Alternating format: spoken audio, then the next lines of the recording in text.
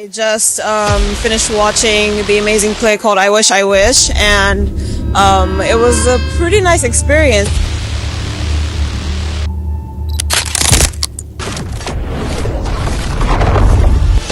I really enjoyed the show. And I wish I was the Queen Ant. Wow, it was absolutely mind-blowing. It was a fantastic experience. The cast, the backdrops, the dancing. If you love theatre, you should have been here. It was truly amazing. And my son said this was the best theatre show he's ever been. The cast is amazing, the crew is amazing, everybody brought their own sense of flair and fun to the production. Beautiful play, I love the choreography, I love the vocals, love the instruments, and I think it was all done live. I loved the show so much. I had a blast. Fantastic experience. Oh my God, blown away. I really enjoyed it. There is an organization called Proud African Roots in Nigeria, Lagos here in Nigeria, that teaches children how to become better leaders. All of the 5 values the ants use in building their colony, values that we can use to build our homes, our families, our communities, our organizations, our industries, to build our nation and the African continent. All of those values. Come next year, I believe the next version of the I Wish Battle of the Wind will go places, and God helping us, National Theatre is there to support.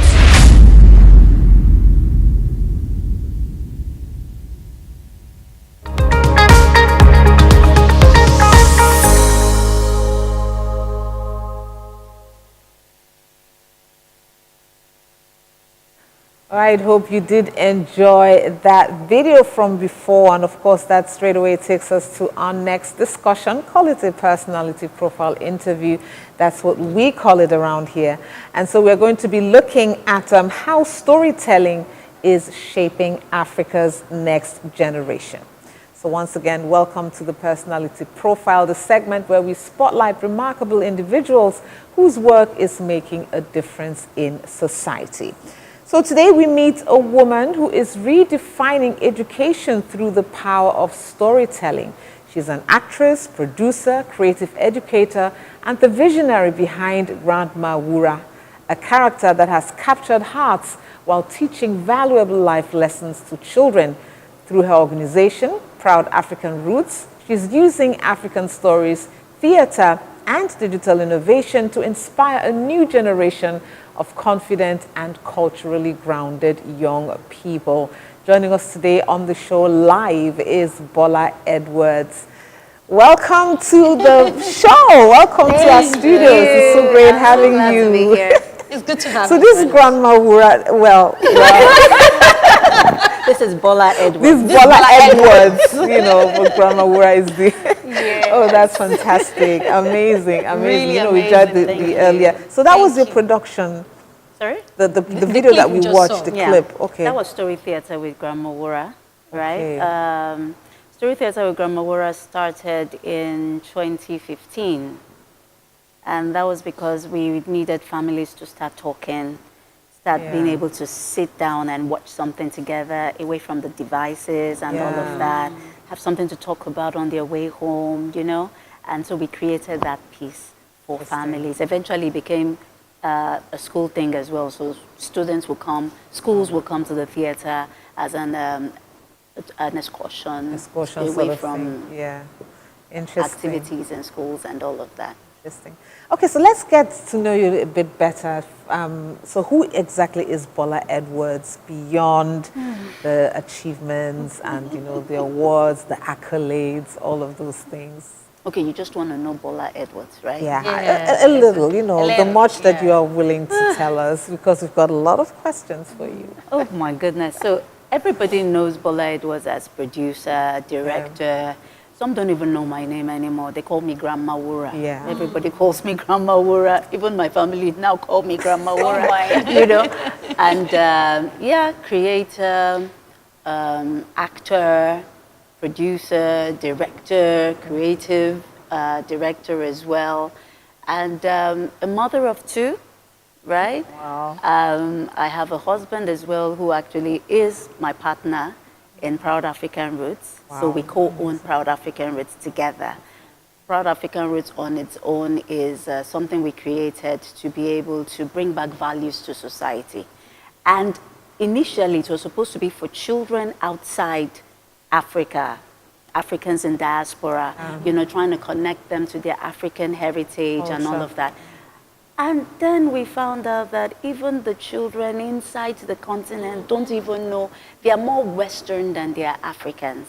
And so we began to, you know, decide, okay, you know what, let's start telling stories, because that was what our forefathers did back in the days when they wanted to shape society, when they wanted to shape how the people thought, and they wanted to change things and pass things on.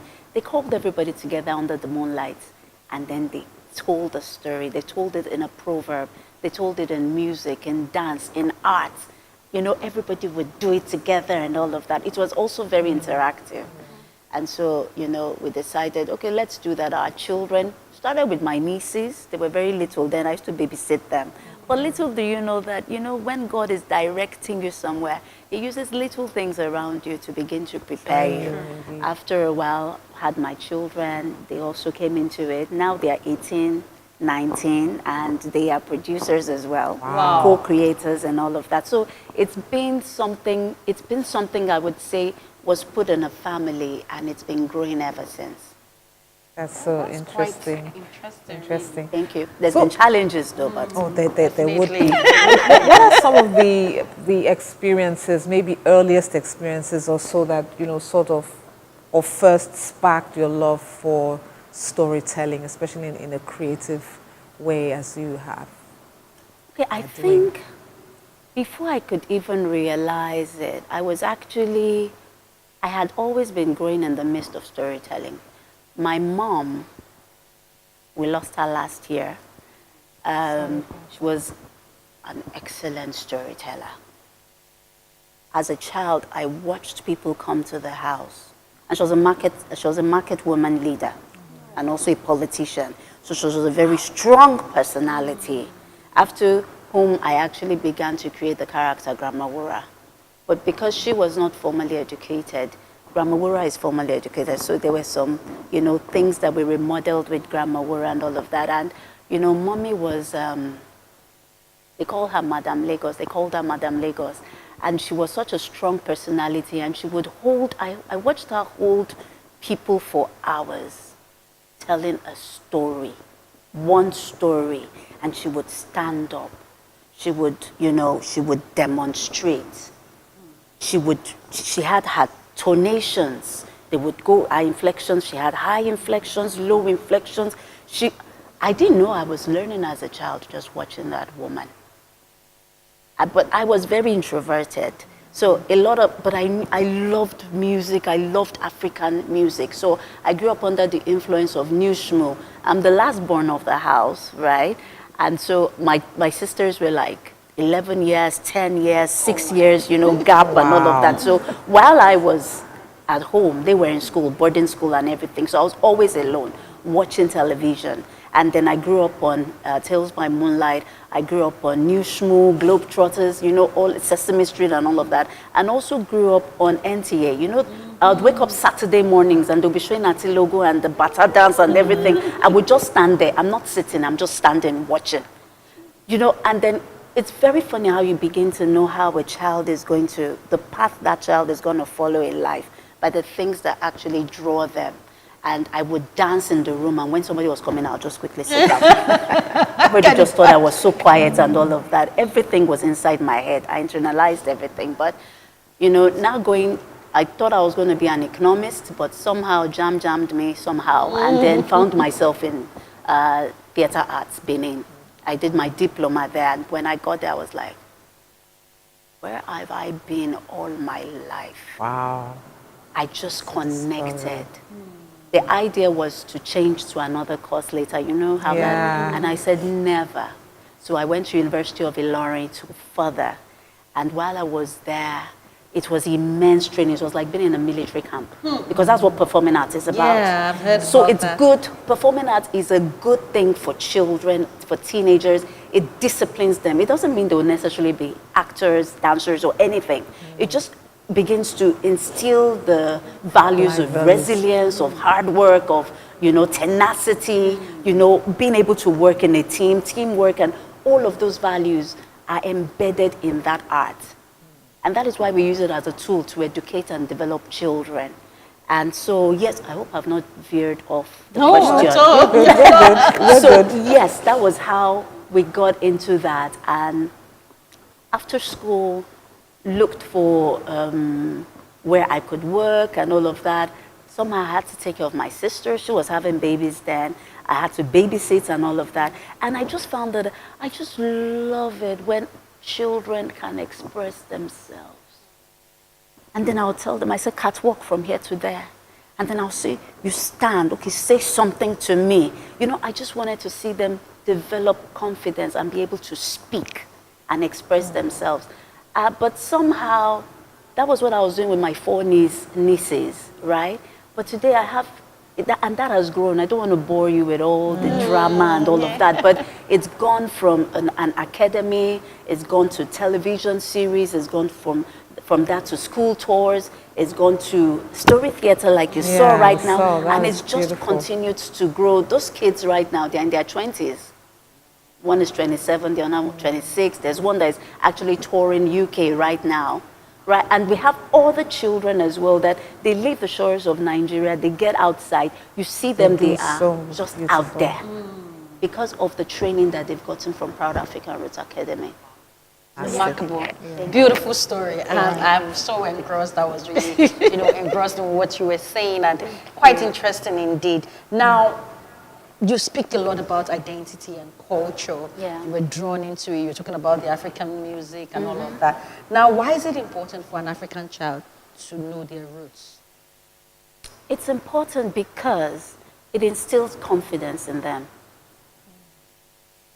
You call it culture confidence, so that they are not out there and they feel inferior to other children in the Western world, because they are just as at par, if not more. Because when you look at the our African culture, we have so many values, so many nuggets. Is it our proverbs? Is it our dances? Is it our food? Is it the way we bring up our children with discipline? We have so many, but a lot of times, is it our fashion? Now our fashion is all over the place. People are saying, You look at some other, what's it called now? Some other programs, and you're like, those other red carpet events I used to take on, in the global stage, and we used to be like, oh my God, hey. Yes, now they're now the ones analyzing our own fashion. Oh my goodness. And they're all over the whole place about So it. it's important for the children to also know their history. Because all they just see now is they just say, oh, this person is bad. No, we have African leaders that actually led with integrity. We had the Dora Kuhilis who actually led with courage. We have those kind of leaders that they can look up to and say, you know what, somebody that looked like me did it and I can do much more. So it's important, it gives them hope. It gives them reassurance, and it also gives them responsibility to know that help is not coming from outside. You're not going to wait for somebody to come and tar your roads for you or be the leader that we've been looking for, because we've always been saying, oh, leaders of tomorrow. You start building those leaders right now, and the way you do that is through storytelling. You take those values, you put them in there. Children are like sponges. It's what you squeeze, you get out. You put it in the water, you squeeze it, it comes out. So when you take a child and you instill the right values through storytelling, fun, art, make it fun to them, make it memorable. That is why we do so much work to ensure that whatever, you saw the quality of work, it has to be global. They have to see that they are at par with the rest of the world, if not more. Actually more. Actually more. We are more and all that. And so they have to see and fall in love with their culture. paint their culture in beautiful colors. There was my son, when he was in school, his teacher told me that David said in class today that he doesn't like Nigeria. And she asked him why, and he said, it's not beautiful. And she said, why do you say it's not beautiful? He said, if you look at all the content, they are beautiful, the colors, that's the one, you know, they're exposed to the Onyibo, Obodo Onyibo and everything. And it's beautiful, it's colorful, the white man's culture is beautiful. Oh, at that point, I had not started the TV content and all of that. I said I needed to do this. I needed to show this boy that his culture, his Africanness, his heritage is more and more colorful. And so we began to create those content. I didn't have the money, I didn't have a studio like this one, I didn't have any of that. But I did read a book from Samadeyemi that said, start with what you have. And I looked at it, I said, what do I have in my house? I have a little jar of oil. And I started in my living room. And I began to paste everything all over the wall. With mats, I would cut them, I would put colors, paper, and all of that. And they were even doing it with me. The children were doing it with me. They were now the characters inside the content. Instead of watching Disney and saying, oh, you create that content, let them be the ones that are on that content. Give them the platform. And they will soar with pride.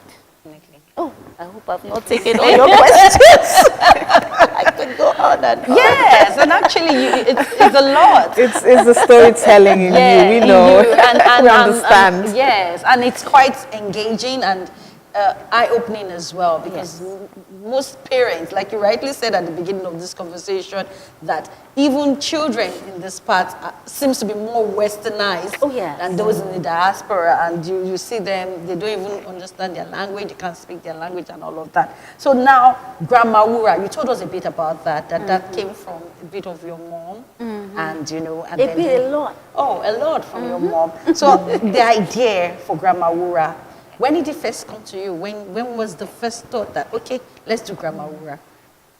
Okay, so we started the storytelling, right? I was saying it as Bola. I would gather my nieces, my children, and all of that. And then I would tell the story. And then at some point, my husband, who is a music composer and everything, and producer, said, you know, well, why don't we make this more? It shouldn't just be oral. Can we begin to record it, maybe into radio drama and everything, and the children would be the ones to voice it and be the characters and all of that. So we started that as well, with broken microphones in the living room, and so anyway, at some point I thought to myself, because I was also in corporate, I was working in aviation then, so I was doing this, doing that, but my heart wasn't there. This was where my heart was. I couldn't sleep, I couldn't do anything. This was just where my heart was. And I kept asking God, when? I need to be fulfilled. Anyway, I was there for as long as, you know, he permitted. And later, when he began to say, you know what? I remember that day where I was when I was coming, because I now said, I don't want Bola Edwards to tell the story, because I want to be able to have my own life as well, because this character we're talking about, she's going to be so big, she's going to be so, you know, acclaimed and all of that. But I want to be able to have my privacy. I'm just like that, you know.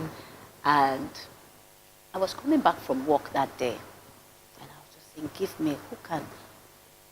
And as I was walking into my home, I just heard Grandma Wura. I'd prayed and fasted, right, for 3 days before this happened. And I said, just give me direction, right? And I was coming that day, and I heard a grandmother. I didn't hear the name. So it was now up to me to start searching for the name, to say, what is the name of this woman? Because she is a character, and she is real. I'm just wearing her. And so we began to, anyway, long story short, we eventually were able to get the name Wura, because Wura also connotes gold. Gold, exactly. That's what it means in Yoruba. Wura is, and that is what that's what our culture represents. That's the way we need to begin to see the things that God has blessed us with as Africans. our culture and all of that.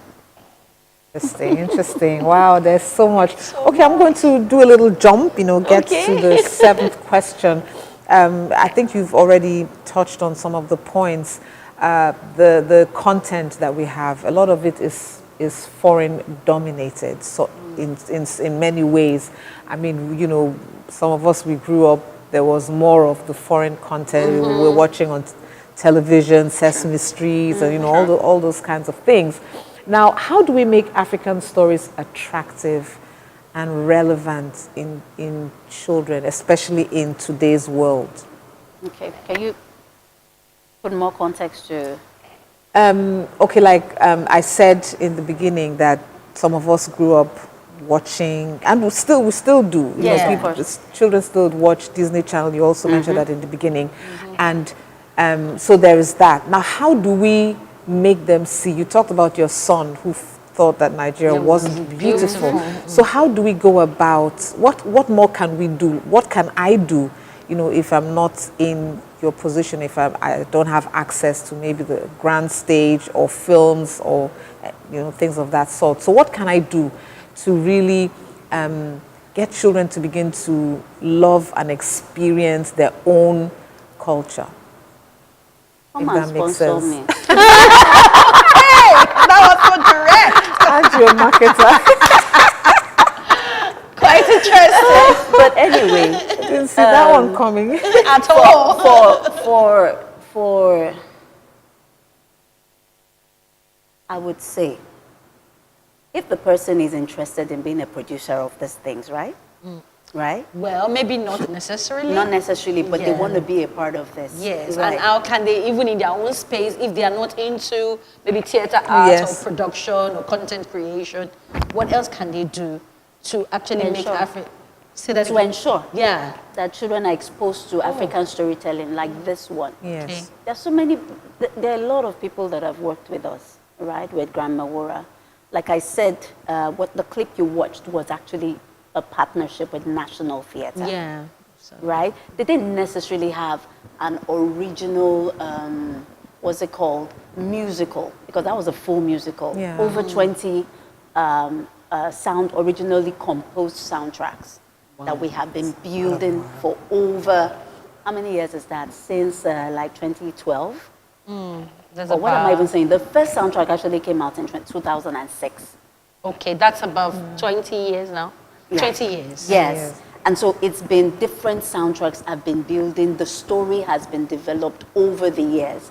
Now, we were just at a point where we had grown and they saw National Theatre actually partnered with us last year.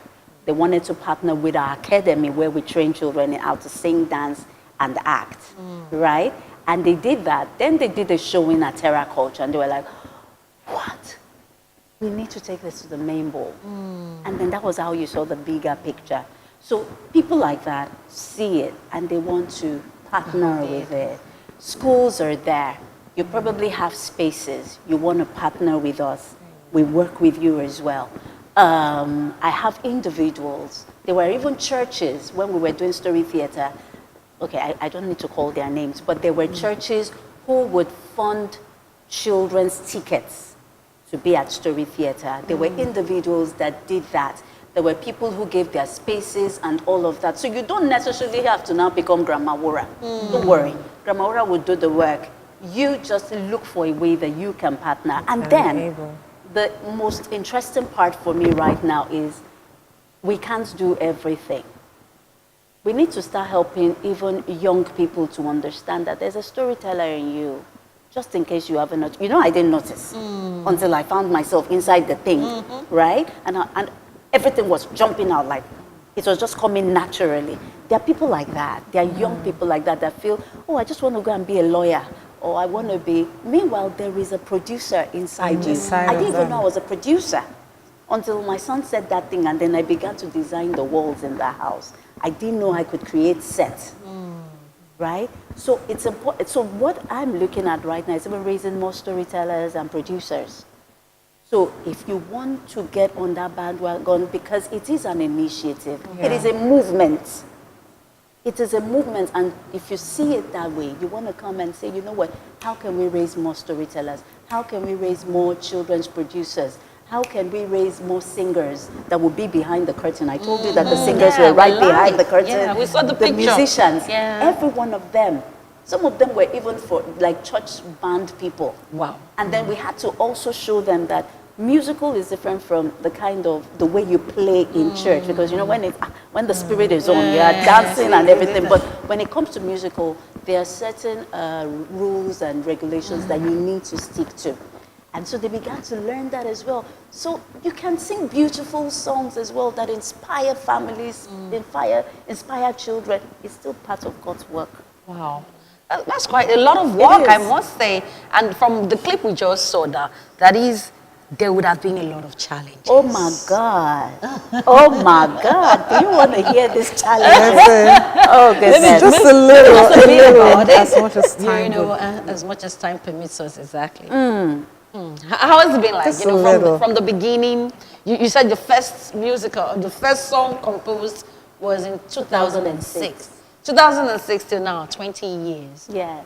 And I'm sure you've been through several challenges. Maybe a particular one you want to really And you highlight. know, this story, I wish, because the story is I wish. Yes. It was actually it was kind of like a 5-minute story that has now developed to like 2 hours of a musical.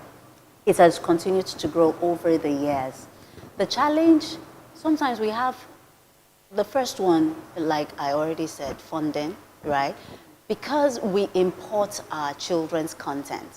We don't create our children's content. You can count the number of children's producers in the country right now, right? And it's not very impressive. It's not even impressive at all, right? And so when we go to platforms, a lot of times, when we went to platforms then, when we just started, they'll say, we don't have money, will you give it for free? Free, how? Money was put into this thing. How can we sustain it if we're giving it for free? But anyway, at some point, I was just like, you know what? I can't create stuff, produce them, and let the hard drives be accumulating dust inside the studio or in my laptop and all of that. You know, put it on the stations. Tell them it's a partnership. If anything comes from it, great. But thank God there were also individuals. I will tell you, I had individuals that stood by me, and they said, Bola, we love what you're doing. Then it didn't look like this. But they were visionaries. They could see where this was going. And it was for impact. And so they decided, this is my 1 naira. This is my 2 kobo. Wherever it will reach. Some gave their talents. Some gave their time. Right? Story Theatre started in a church. In a small church that could house about 100. And we started in there, and the church gave it space and all of that. And so many challenges. So many challenges. But the thing is, I would say, is government policy is very important as well to help this sustain. When government begins to put out policy for children's content to start being created in the country and ensure that producers are being, what's the word again? What's that English word? When you patronize, you can sustain those businesses, because at the end of the day, what are we doing? You saw about over 150 people were behind that show that you just watched, crew and cast. They would eat every time they want come for rehearsal. They come for rehearsal in a very large space that costs millions a day, right? There was all of that. You saw the costuming. You saw the that music. was excellent. Everything. The costuming for me is what caught my attention mostly, and then Grandma Wura's look. I loved it. Because it has to be beautiful. It has to be excellent. You know, Gen Z and Alpha, all of them these days. If you don't catch their attention, you're on your own, right? So, and at the end of the day, we need policies that helps us sustain this kind of work, so that we can continue to create job opportunities for people. Those are international dancers, and we had teenagers as well, and children that were on stage. They were coming for rehearsals all the time. Somebody can say, you know what, and they're being trained. I can pay for their training. Because a lot of them, let me tell you something interesting that happened when we did the auditioning for this. we planned only for 20 kids. And so when they came for auditioning, we actually picked those 20 kids. And you know, the ones that were asked to go home, they didn't go. They didn't go. They came back and they were trying to learn the dances. They were trying, putting their heart into it because they were just in love with the art. That is what they love. And I was like, how am I going to send these children back? Okay, you must be in the show. We'll look for a place. But the thing is, they need to be catered to as well. So who is funding that? A lot of things. A lot of things. And I think what I'm going to go away from this particular point you just made is the government policies. If we have an enabling environment, it will actually make it way better. It'll go a long way. It'll go a long way. Okay, we're going to wrap things up on this note. Let's just say we'll have a part 2 of this, because there's so much and there's so many perspectives and angles to this that, you know, we believe that the world needs to hear. We need to hear. Yes. Sometimes it's not that we don't want to. Our minds are just on other things. You know, we're so engrossed with living life and, you know, that we forget these other things. One more thing that it's important, because what this tool called storytelling is what we're using to raise a new generation of leaders that are equipped with the right values for leadership. Yeah. And a workforce, captains of industry, right? So I told you when Grandma Wura started the school tour in 2015, and she was going to morning assemblies, and she was teaching it was the same story, I wish. And she would take them, it was a training, but in storytelling for about 20 minutes. And she would ask the children, it was interactive, she would say, how many of you want to be Americans? All the children's hands go up. It's amazing how this future of Nigeria that we are saying our future, they have already left before they could get on a plane. Nobody that is here. Wow. And even the teachers to raise up their hands at assembly. And you know what? Then she tells them the stories of how the little girl that wished that she was an ant, but now became an ant and found the ant's perspective to building their colony. They built their own colony with certain values: love, hard work, service, teamwork, and integrity. And so she teaches those values to the children. At the end of everything, interactive, they dance, they do everything. At the end of everything, when she asks them again, who is the one that is going to build Nigeria? Because you know they started with complaining. And so we see the potholes, we see the leaders, and then she says, so who is going to build Nigeria? They all raise up their hands that they are the ones. Wow. It's nation building. Yes, nation building, and everyone is involved. Exactly. All right, before we let you go this morning, we have our rapid fire questions. So you just answer one word, you know, one word, or you know, at most 2 words. Okay. Okay. Are you ready? I think I am. You are. I'm sure you are. All right. Books or movies? Movies. All right. Theater or television? Theater. Okay. Morning bird or night owl? I'm actually both though, but let's say morning. Morning. Okay. Let's say morning. One African country you would love to visit? Kenya. Kenya. One word that describes your mission? One word. The compound word though. Okay. Is that a compound word? Yeah. Nation building. Nation building. Yeah. Fantastic. And lastly, if Grandma Wura could give one message to Africa's children, what would it be? One word. No, a message. No. This A time message. it's a Yes. message. Yes. If you could give one message to Africa's children, what would that message be? As long as you can think it, there is no stopping you.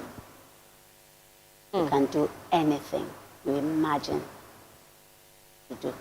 Okay, well said, well said.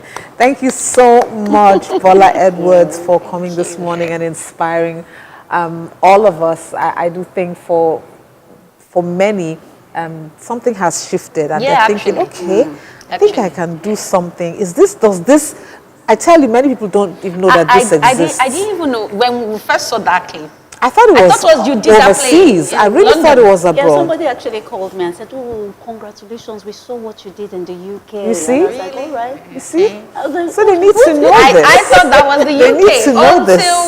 At the end, you saw the logo from the National Theatre. Out of Nigeria. Out of Wow, Nigeria. beautiful. Fantastic. Well done. Thank you so much for coming. We truly appreciate it. So please, perhaps something happens next. Do let us know so we can come by and be a part of it. Absolutely. We would really love to be a part of it. So thank you so much once more, Bola Edwards, sharing her journey and, of course, letting us know what we need to do to get not just our children, but all of us on board with falling in love with our culture and who we are as Africans once again. All right, we still have one more segment to go before we wrap things up on the morning show this beautiful Saturday morning, and that is Retro Spin right after the break. So don't go away.